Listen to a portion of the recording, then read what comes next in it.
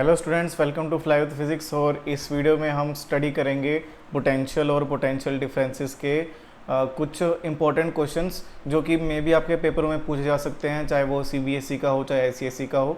सारे basic questions ही होंगे। तो चलो स्टार्ट करते हैं बिना टाइम वेस्ट किए। तो let's get started. First question देखो क्या है, which device is use to measure potential difference. देखो मेरे क्वेश्चन सॉल्व करने से पहले कोशिश करो कि आप लोग करो, उसके बाद फिर आप सॉल्यूशन देखो, ठीक है। चलो स्टार्ट करते हैं फिर। Which device is use to measure potential difference, very easy question. तो इसका आंसर क्या होगा, वोल्ट मीटर। तो वोल्ट मीटर ही एक ऐसा आपके पास क्या होता है, जस्ट अ मिनट, आपके पास एक ऐसा डिवाइस होता है जो कि पोटेंशियल डिफरेंस को मेजर करता है। तो आंसर क्या हो जाएगा, वोल्ट मीटर। अगर आपसे ये पूछे कि ये लगता कैसे है, किस अरेंजमेंट में लगता है, सीरीज अरेंजमेंट में लगता है या पैरेलल अरेंजमेंट में लगता है, तो आप बोलोगे कि वो पैरेलल अरेंजमेंट में लगता है ना। और अगर आपसे डायग्राम पूछने को बोलें तो क्या क्या करोगे आप, तो आप जस्ट रेजिस्टेंसेस बनाओगे, बहुत सारे एक सर्किट बनाओगे। कहने का मतलब ये देखो, जैसे ऐसे यहाँ पे आप की लगा दो, चलो उसके बाद फिर यहाँ पे आप बैटरी लगा दो, okay. And then after that यहाँ से आप क्या करो, यहाँ से आप कुछ बल्ब लगा दो, चलो for example this is bulb. So होगा क्या कि अगर हमें इसके अक्रॉस R1 और R2 रेजिस्टेंसेस के अक्रॉस अगर हमें पोटेंशियल डिफरेंस चेक करना है, तो यहाँ पे हम एक वोल्ट मीटर लगाएंगे जो कि पैरेलल में लगाएंगे, ठीक है। तो ये पैरेलल डायरेक्शन होगी, तो आपको ये फिगर बना के आनी है। तो मैं कोशिश करूँगा कि जितनी भी इसके एक क्वेश्चन के रिगार्डिंग जो भी नॉलेज है वो मैं दे पाऊँ आपको, ताकि आपका आंसर और अच्छे से इलेबोरेट हो पाए। तो प्लीज़ इस सेशन को फॉलो करना अच्छे से, ठीक है, कंसंट्रेशन से चीज़ों को देखना। तो पहला क्वेश्चन का आंसर हो गया, आंसर है वोल्ट मीटर, ठीक है, ओके। वोल्ट मीटर की जो रेजिस्टेंस होती है वो ज़्यादा होती है, ताकि उसमें से करंट पास ना कर सके। हमें वहाँ पे करंट नहीं मेजर करना होता, इसीलिए हम उसकी रेजिस्टेंस को इनफाइनाइट कर देते हैं। What is mean by the saying that electric potential is at 1 volt. 1 volt electric potential का मतलब क्या होता है, देखो इसके लिए आपको इलेक्ट्रिक पोटेंशियल की डेफिनेशन पे जाना होगा। इलेक्ट्रिक पोटेंशियल की डेफिनेशन ये कहती है कि जो एक पोटेंशियल होता है वो उसको डिफाइन करते हैं हम, work done on a unit positive charge, है ना, and its unit is volt, okay, its unit is volt, ऐसा यूनिट होती है तो इसकी। नाउ इससे हमारी बात नहीं बनेगी, हमें तो वो ये पूछ रहा है कि 1 वोल्ट क्या होता है। सो अगर हमारा पोटेंशियल 1 वोल्ट है, इट मीन्स डैट उसके ऊपर 1 जूल काम हुआ होगा। किसके ऊपर काम हुआ होगा, 1 कूलम ऑफ चार्ज के ऊपर, okay. So 1 volt is defined as when 1 joule of work is done on a 1 coulomb of charge, then we can say that the potential acting on that 1 coulomb charge is 1 volt. Okay, electric potential acting on a charge is 1 volt, ठीक है, at a point, okay.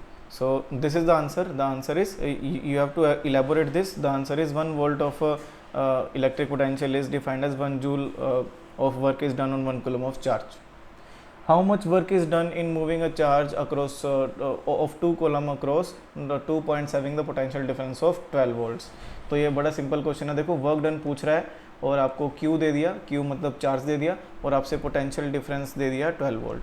Very easy question. सबसे पहले हम लिखेंगे क्या क्या दिया हुआ है, वर्क तो हमसे पूछ रखा है, और क्या दिया हुआ है, charge is equal to 2 coulomb, and then after that क्या दे रखा है यहाँ पे हमें, वोल्टेज, है ना, this is equal to 12 volt. Electric potential difference दे रखा है हमें 12 वोल्ट। सो क्या रिलेशन होता है इन तीनों में, V is equal to W/Q, और यहाँ से आप V की वैल्यू रखोगे 12, और W की वैल्यू रखोगे आप, W की W रखोगे, और Q की वैल्यू आपका 2 कूलम। सो यहाँ से आएगा आपका W is equal to 12 into 2, यानी 24 आ गया answer. 12 into 2 it is equal to 24 joule. Work की आपको यूनिट भी लगानी पड़ेगी 24 joule. This is the final answer. What is the unit of electric charge. Electric charge की यूनिट क्या होती है, इलेक्ट्रिक चार्ज को किससे डिनोट किया जाता है, Q से, और इसकी जो यूनिट होती है वो क्या होती है, कूलम, COULOMB होता है, कूलम, ठीक है। तो इसकी इलेक्ट्रिक चार्ज की यूनिट होती है। 2 तरह के चार्जेस होते हैं, पॉजिटिव चार्ज और नेगेटिव चार्ज। पॉजिटिव चार्ज आपस में अट्रैक्ट करते हैं, दो पॉजिटिव चार्ज होंगे तो आपस में अट्रैक्ट करेंगे, 2 नेगेटिव चार्ज होंगे तो भी वो आपस में अट्रैक्ट करेंगे। बट अगर अनलाइक चार्जेस हों तो वो आपस में क्या करेंगे, ओ सॉरी आई थिंक मैंने उल्टा बोल दिया। अगर पॉजिटिव और नेगेटिव चार्ज अगर दोनों चार्जेस सेम है तो वो क्या करेंगे, वो रिपेल करेंगे, माय मिस्टेक। तो वो क्या करेंगे, रिपेल करेंगे वो। और अगर आपके पास ये दोनों सेम अनलाइक चार्जेस हैं तो वो अट्रैक्ट करेंगे। इसके बारे में इतनी नॉलेज ही काफ़ी है, और कुछ नहीं पूछेगा इसमें। तो आंसर इसका क्या है, coulomb. Next, what is mean by the conductors and insulators, give 2 examples of conductor and 2 examples of insulator.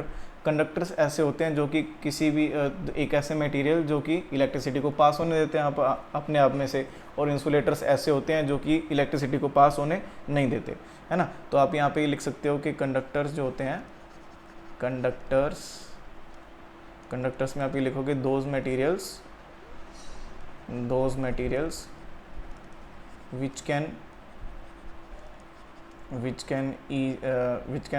which allows electricity to pass through it, ठीक है। और इसके एग्जाम्पल क्या हो जाएंगे, एग्जाम्पल है इसके आपके पास कॉपर, उसके अलावा सिल्वर हो गया, आयरन हो गया, बहुत सारे एग्जाम्पल हैं एटसेट्रा। और इंसुलेटर की बात करें, इंसुलेटर में आप क्या करोगे, इंसुलेटर में आप सीधा इसमें बस those materials which does not allow लिख दोगे, यहाँ पे डजेंट अलाउ, बाकी सब सेम, ठीक है।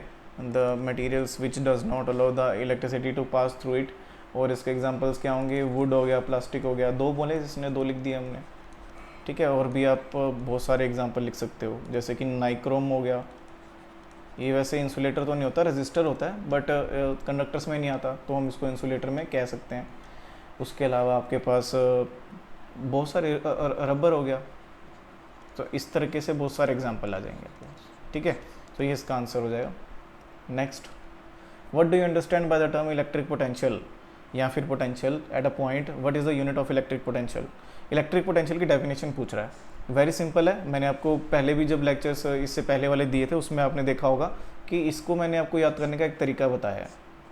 इसकी जो डेफिनेशन है, फॉर एग्जांपल आप क्या कर लो, यहाँ पर आप एक पॉइंट चार्ज बना दो, पॉजिटिव चार्ज होना चाहिए, टेस्ट चार्ज, ठीक है। और this is the electric field, ये इलेक्ट्रिक फील्ड आपके पास इस डायरेक्शन में जा रहा है। तो आपने क्या किया, आपने इसके ऊपर वर्क डन किया, इस चार्ज को उठा के यहाँ से उठा के इस पॉइंट तक लाने के लिए, this point, for example this point is a.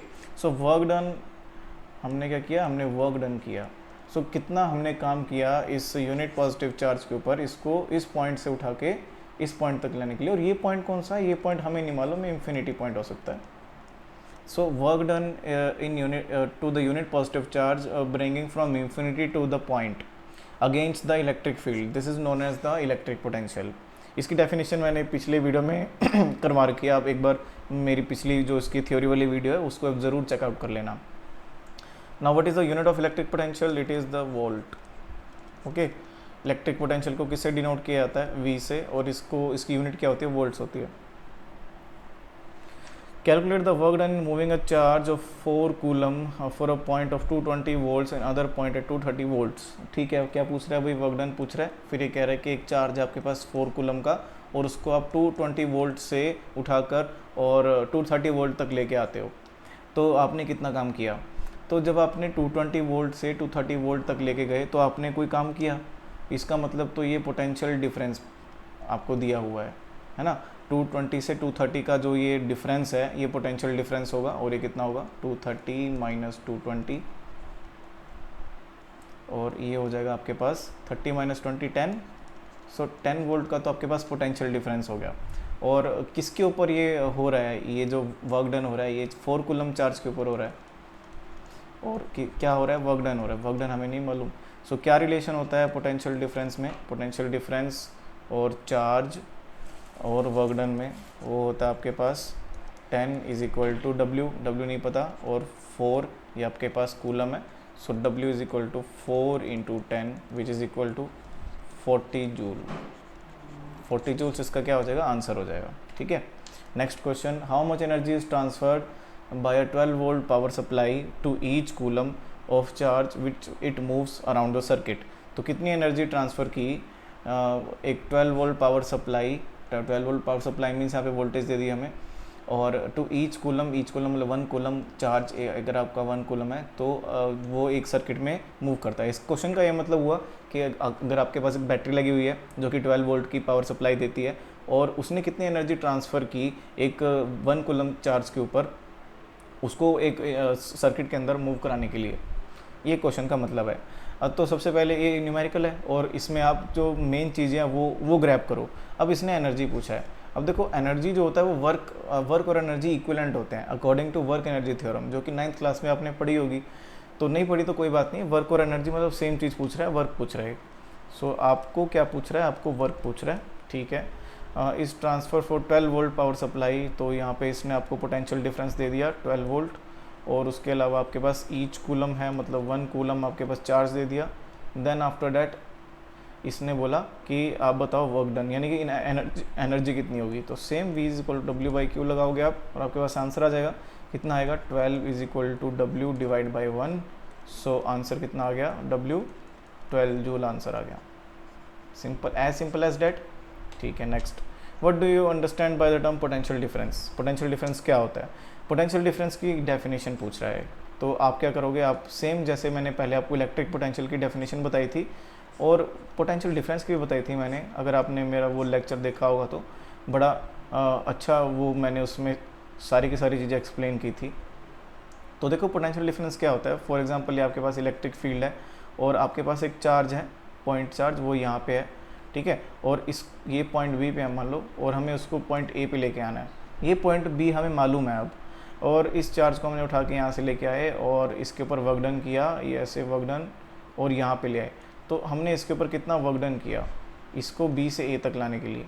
इस क्यू के ऊपर हमने कितना काम किया, इसको बी से ए तक लाने के लिए। उसी को हम क्या कहेंगे, वो वर्क डन को पर यूनिट चार्ज को कहेंगे potential difference. So potential difference means V B minus V A, यानी कि delta V it is equal to W means कितना वर्क डन किया इसको डिवाइड बाई क्यू, ठीक है। इस क्यू के ऊपर कितना वर्क डन किया। सो ये वो पूछ रहा था। तो इसको आपको इंग्लिश में एक्सप्लेन करना पड़ेगा कि इसको बी से ए तक लेके आया अगेंस्ट द इलेक्ट्रिक फील्ड, और इसकी आपको ये यूनिट लिखनी होगी, ठीक है। Next question, what is the potential difference between the terminals of a battery of 250 joule of work. देखो पूछ क्या रहा है, पहले तो पोटेंशियल डिफरेंस पूछ रहा है। 250 joules of work is required to transfer 20 coulombs of charge from one terminal of the battery to another। तो यहाँ पे आपको पोटेंशियल डिफरेंस पूछ रहा है और आपको यहाँ पे वर्क डन दे दिया कितना है 250 जूल, और उसके अलावा आपके पास Q जो है वो क्या है 20 कूलम। सो क्या करोगे आप, same V is equal to W by Q, ये अप्लाई करोगे तो आपके पास जो V होगा वो क्या होगा, W is 250 divide by Q, Q means 20,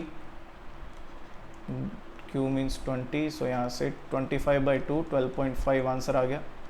12.5 volt is the correct answer. What is the volt metre. Volt meter क्या होता है, वोल्ट मीटर एक ऐसा डिवाइस होता है which is use to measure the potential difference, ठीक है, in the circuit between the 2 points also.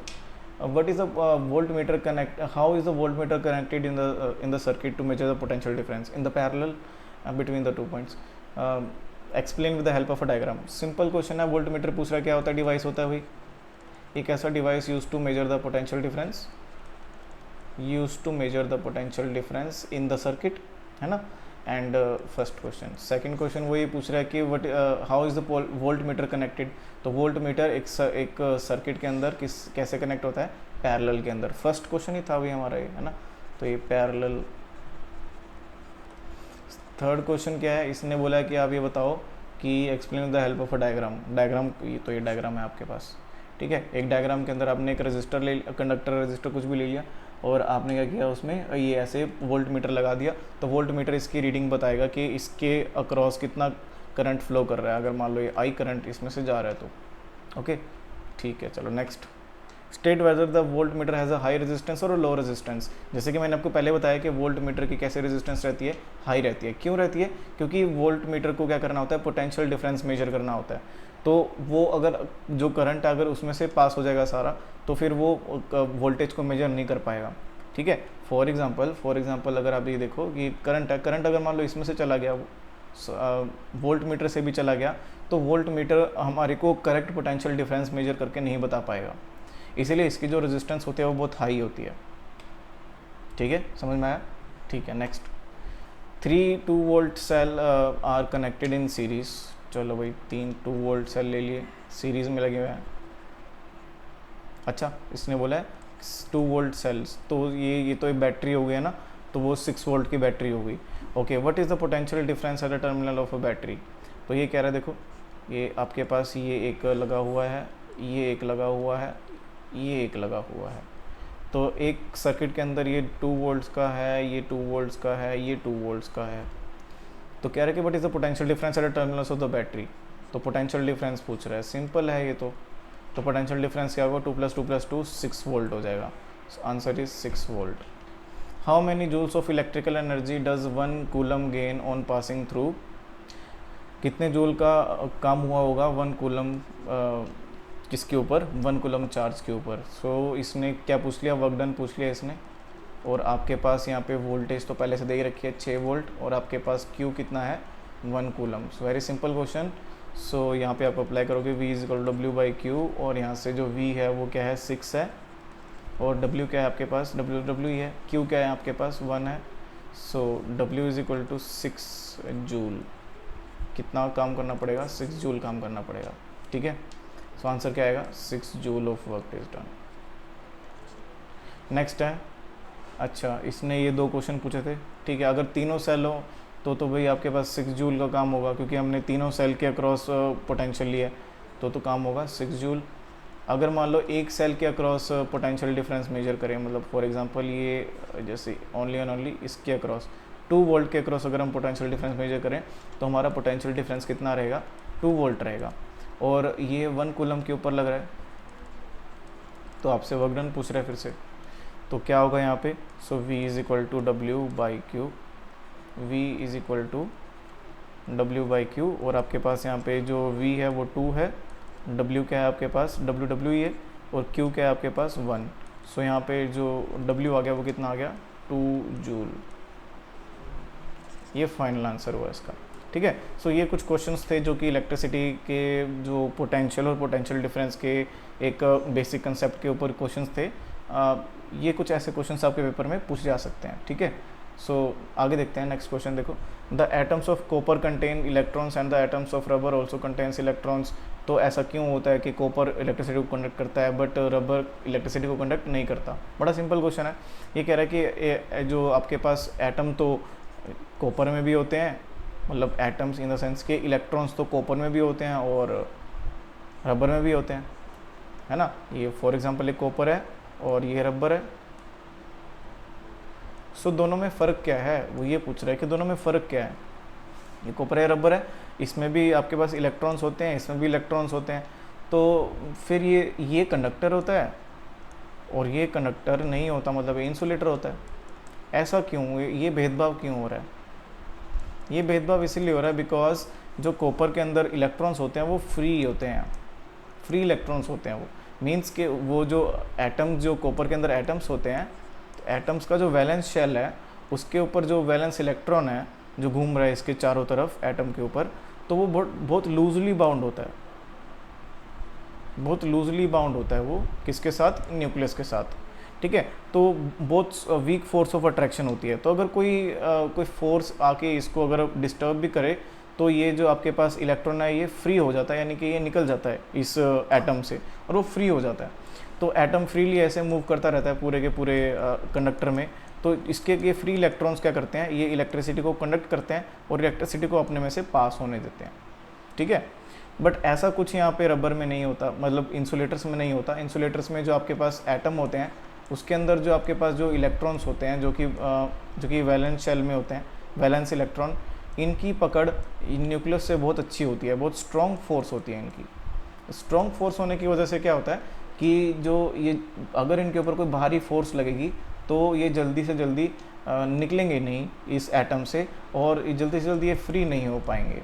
तो यहाँ पे फ्री का कोई कंसेप्ट नहीं है, तो यहाँ पे इलेक्ट्रॉन्स क्या नहीं है, फ्री नहीं है। यहाँ पे इलेक्ट्रॉन्स फ्री हैं, तो इसीलिए ये एक कंडक्टर बन जाएगा, बिकॉज इसमें से इलेक्ट्रॉन फ्री घूम रहे हैं तो ये इलेक्ट्रिसिटी को कंडक्ट करा पाएंगे। बट अगर यहाँ से इलेक्ट्रिसिटी हमने पास की तो इलेक्ट्रॉन ही फ्री नहीं है, तो यहाँ से जो आपके पास इलेक्ट्रॉन्स आ रहे हैं, इलेक्ट्रिसिटी जो आ रही है वो आगे तक पहुंच ही नहीं पाएगी इस एंड तक, ठीक है, बट यहाँ पे पहुंच पाएगी। So it is all about the free electrons. So आप लिखोगे कि copper has free electrons in their material, so that is why it can conduct electricity as well, but in the case of rubber or any insulator, the free electrons are absent, so that is why they cannot conduct electricity at all. Okay, so these are some questions. तो यहीं पे हमारा काम ख़त्म हुआ। So next video के अंदर मैं कुछ और क्वेश्चंस लेके आऊँगा किसी और टॉपिक के बेस पे, ठीक है, जो कि इसके नेक्स्ट टॉपिक्स ही होंगे। तो पहले पूरा इलेक्ट्रिसिटी के जितने भी इंपॉर्टेंट क्वेश्चंस है वो ख़त्म करेंगे।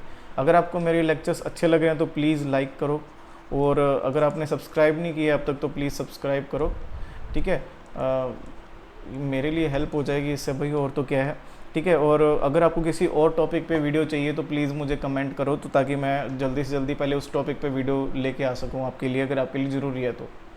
Okay, thank you very much. Share करना है इस वीडियो को प्लीज़। Thank you students.